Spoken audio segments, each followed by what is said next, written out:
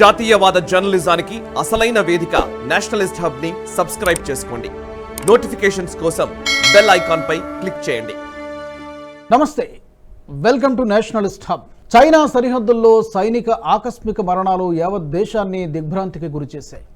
ఈ క్రమంలో దేశంలో సైనికులు యుద్ధంలో కంటే అనుకోని రీతిలో సంభవించే ప్రమాదాల్లోనే ఎక్కువగా మరణించడం జరుగుతోంది. దీనిపై ఇంటర్నెట్లో అనేక కథనాలు ప్రాచుర్యంలో ఉన్నాయి.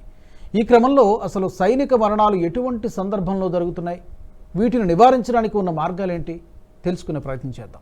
తాజాగా చైనా సరిహద్దుల్లో ఓ విషాదకర ఘటన చోటు చేసుకుంది. కేంద్రపాలిత ప్రాంతం లద్దాఖ్లోని వాస్తవాధీన రేఖ సమీపంలో గల న్యోమా చుషల్ ప్రాంతంలో భారత సైన్యం విన్యాసాలు చేస్తూ ఉండగా ఆకస్మికంగా వరదలు సంభవించాయి. ఈ ఘటనలో 5 జవాన్లు ప్రాణాలు కోల్పోయారు. లేహ్కు 148 కిలోమీటర్ల దూరంలోని బోధి నదిలో శనివారం తెల్లవారుజామున ఈ ప్రమాదం జరిగింది. విన్యాసాల్లో భాగంగా యుద్ధ ట్యాంకులతో నదిని దాటుతూ ఉండగా ఈ వరదలు సంభవించాయి. దీంతో నదిలో నీటి ఉధృతి పెరిగి T-72 ట్యాంక్ మునిగిపోయింది. అందులోని 5 జవాన్లు నదిలో కొట్టుకుపోయారు. అప్రమత్తమైన సైన్యం వెంటనే సహాయక చర్యలను చేపట్టింది.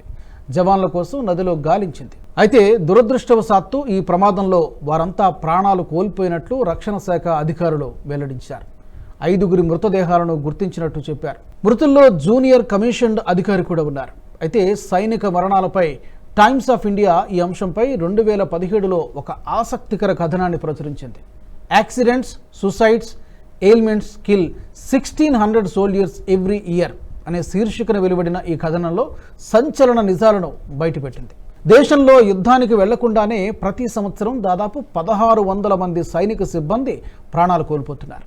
జమ్మూ కశ్మీర్ నియంత్రణ రేఖ, పాకిస్తాన్ ఉగ్రవాద నిరోధక కార్యకలాపాలు, కాల్పులలో సైనికులు ప్రాణాలు కోల్పోవడం కంటే రోడ్డు ప్రమాదాలు, ఆత్మహత్యల వల్లే ఎక్కువ మంది సైనికులు ప్రాణాలు కోల్పోతున్నట్టుగా తెలుస్తోంది.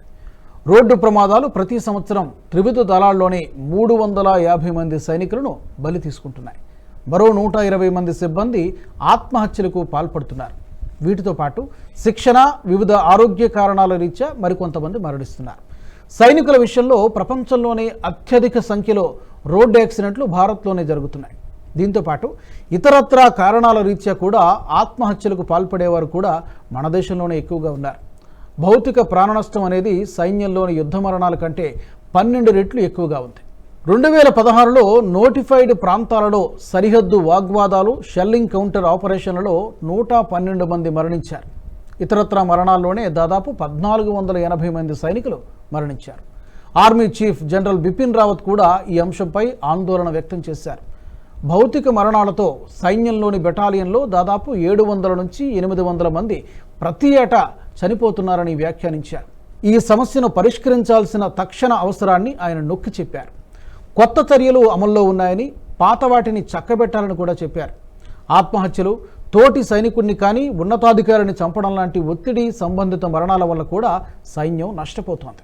2014 నుండి 2017 మధ్యలో 9 మంది అధికారులు, 19 మంది జూనియర్ కమిషన్డ్ ఆఫీసర్లతో సహా 330 మంది సైనికులు ఆత్మహత్య చేసుకున్నారు. ఈ సమయంలో 1 డజన్ వరకు సోదరులను హత్య చేసిన కేసులు కూడా ఉన్నాయి. అయితే సైన్యంలో ఆత్మహత్యలు, ప్రమాదాల వల్ల అనేక మందిని కోల్పోవడం ఆందోళన కలిగిస్తోంది. సైనికులకు ట్రైనింగ్ ఇవ్వడానికి ప్రభుత్వాలు ఎంతో ఖర్చు చేశాయి. ఒక సైనికుడికి ప్రాథమికంగా శిక్షణ ఇవ్వడానికి సైన్యం 80 నుంచి 85 లక్షలు ఖర్చు చేస్తోంది. అదే ఒక వ్యక్తి తన 14 ఏళ్ల సర్వీసు పూర్తి చేసుకునే లోపు కేవలం ట్రైనింగ్కే 6 కోట్ల రూపాయలను సైన్యం ఖర్చు చేస్తోంది. ఇది నేవీ, ఎయిర్ ఫోర్స్ అధికారులకు మరింత ఎక్కువ అవుతోంది. ముఖ్యంగా ఎయిర్ ఫోర్స్లో టెక్నికల్ పైలట్లు చాలా తక్కువ. వీరు యుద్ధ మెలకువలు నేర్చుకోవాలంటే చాలా సమయం పడుతోంది. ఒక ఆర్మీ అధికారి పూర్తి స్థాయిలో శిక్షణ పొందాలంటే చాలా ఖర్చు కూడా అవుతోంది. భారత పైలట్లకు ఇచ్చే శిక్షణ అత్యంత కఠినంగా ఉంటుంది. దీనివల్లే అభినందన్ వర్ధమాన్ వంటి సైనికులు మిగ్ విమానంతో అత్యాధునిక F-16 వంటి విమానాలను కూల్చగలిగారు. దీంతోపాటు నైపుణ్యం కలిగిన సైనికులు యుద్ధంలో పూర్తి సన్నద్ధతతో వ్యవహరించడానికి చాలా సమయం పడుతోంది. అందుకే ఇటువంటి వారు ఆత్మహత్యలకు పాల్పడినా, ప్రమాదంలో మరణించినా అంతిమంగా ప్రభుత్వానికే నష్టం వాటిల్లినట్టు అవుతోంది. ఎప్పుడు ఏ ప్రమాదం జరుగుతుందో ఊహించడం దాదాపు అసాధ్యం కాబట్టి ప్రమాదాలను నివారించడం చాలా వరకు కష్టం. కానీ ఆత్మహత్యలకు కారణాలు తెలుసుకుంటే వీటిని కనీసం నివారించడానికి వీలవుతుంది. భారత సైన్యంలో పనిచేసే చాలామంది అధిక ఒత్తిడికి లోనవుతున్నట్లు నివేదికలు చెబుతున్నాయి. కొన్నిసార్లు అయితే రోజువారీ 15 నుంచి 16 గంటల వరకు పనిచేయాల్సి వస్తుంది. అనవసరమైన పనుల కోసం ఈ సమస్య మరింత తీవ్రతరమవుతోంది. దీంతో సైనికులపై ఒత్తిడి పెరిగిపోతోంది. వ్యక్తులపై శారీరక, మానసికంగా ఇది ప్రభావం చూపిస్తోంది. చాలామంది సైనికులు రాత్రిపూట నిద్రలేమితో కూడా సతమతమవుతున్నారు. దీంతో పాటు మారుమూల ప్రాంతాల్లో ఉన్న సైనికులు ఒంటరితనంతో పోరాటం చేస్తున్నారు. సియాచిన్ గ్లేషియర్ వంటి ప్రాంతాలు, రాజస్థాన్ వంటి ప్రాంతాల్లో వాతావరణ పరిస్థితులు కూడా సైన్యం యొక్క మానసిక స్థితిపై ప్రభావం చూపడంతో పాటు దీర్ఘకాలిక వ్యాధులతో బాధపడుతున్నారు. ఇవే కాకుండా ఉన్నతాధికారులకు, కింది స్థాయి సైనికులకు మధ్య పొరపచ్చాలు కూడా ఎక్కువగానే ఉంటున్నాయి. ఉన్నతాధికారులు సైనికులను ఎక్కువ పనివేళలు కేటాయించడంతో పాటు ఇతరత్రా పనులకు ఉపయోగించడం జరుగుతోంది. వీటితో పాటు కింది స్థాయి సైనికులు ఏదైనా తప్పు చేస్తే వారికి విధించే శిక్షలు కూడా అత్యంత కఠినంగా ఉంటున్నాయి. బహిరంగంగా అందరి మధ్య మందలించడం, గ్రౌండ్ చుట్టూ రౌండ్లు వేయమని చెప్పడం, మరింత ఎక్కువ పనివేళలు కేటాయించడం వంటివి చేస్తున్నారు. దీంతో ఇది సైన్యంలో అసహనానికి దారితీస్తోంది. దీనివల్ల వారిని తుపాకీతో కాల్చివేయడం కానీ, తమకు తామే ఆత్మహత్య చేసుకోవడం కానీ జరుగుతోంది. అయితే భారత ఆర్మీలో ఆత్మహత్యలను నివారించడానికి defence institute of psychological research గతంలోనే కొన్ని కీలక సూచనలు చేసింది. ఇందులో సెలవు విధానాలను హేతుబద్ధీకరించడం, పని భారాన్ని తగ్గించడం, పరిహారాన్ని పెంచడం, అధికారులు సైనికులకు మధ్య మెరుగైన సంబంధాలను ప్రోత్సహించడం వంటివి ఉన్నాయి. అయినప్పటికీ అట్రిషన్ రేటు ఎక్కువగా ఉంది. ఈ చర్యలు స్థిరంగా లేదా సమర్థవంతంగా అమలు చేయడం లేదని మనకు తెలుస్తోంది. ఈ సంస్థలు రిపోర్టులు వెలువరించినా అది క్షేత్రస్థాయిలో ఇప్పటికీ అమలు కావడం లేదు. ఇప్పటికీ సైనికుల మానసిక స్థితిపై ప్రభావం చూపే చాలా సమస్యలు అలాగే ఉన్నాయి. ముఖ్యంగా ఉన్నతాధికారుల వేధింపులు తగ్గడం లేదని తెలుస్తోంది. చాలామంది అందరి ముందు అవమానాల పాలు కావడం, అవసరమైన సమయంలో సెలవులు లభించకపోవడం ఇప్పటికీ జరుగుతున్నాయని తెలుస్తోంది. వీటిపై ప్రభుత్వాలు చర్యలు తీసుకోవాల్సిన అవసరం ఎంతైనా ఉంది. ఇక ప్రమాదాలను నివారించడం చాలా కష్టమైన పని. ఇందుకు భారత సైన్యం వాహనాల వాడుకలో మార్పులు తీసుకురావాల్సిన అవసరం ఉంది. ముఖ్యంగా కశ్మీర్, లద్దాఖ్, ఈశాన్య రాష్ట్రాల్లో సైన్యం ప్రయాణించే వాహనాలు ఎక్కువగా ప్రమాదాలకు గురవుతూ ఉంటాయి. ఇందుకు అక్కడి మౌలిక సదుపాయాలు లేమి ప్రధాన కారణం అని చెప్పక తప్పదు. దీన్ని దృష్టిలో ఉంచుకునే కేంద్రంలోని బీజేపీ ప్రభుత్వం ఆయా ప్రాంతాల్లో పెద్ద ఎత్తున మౌలిక సదుపాయాలను కల్పిస్తోంది. అసాధ్యమైన ప్రాంతాల్లో సైతం రోడ్ల నిర్మాణాలు చేపడుతోంది.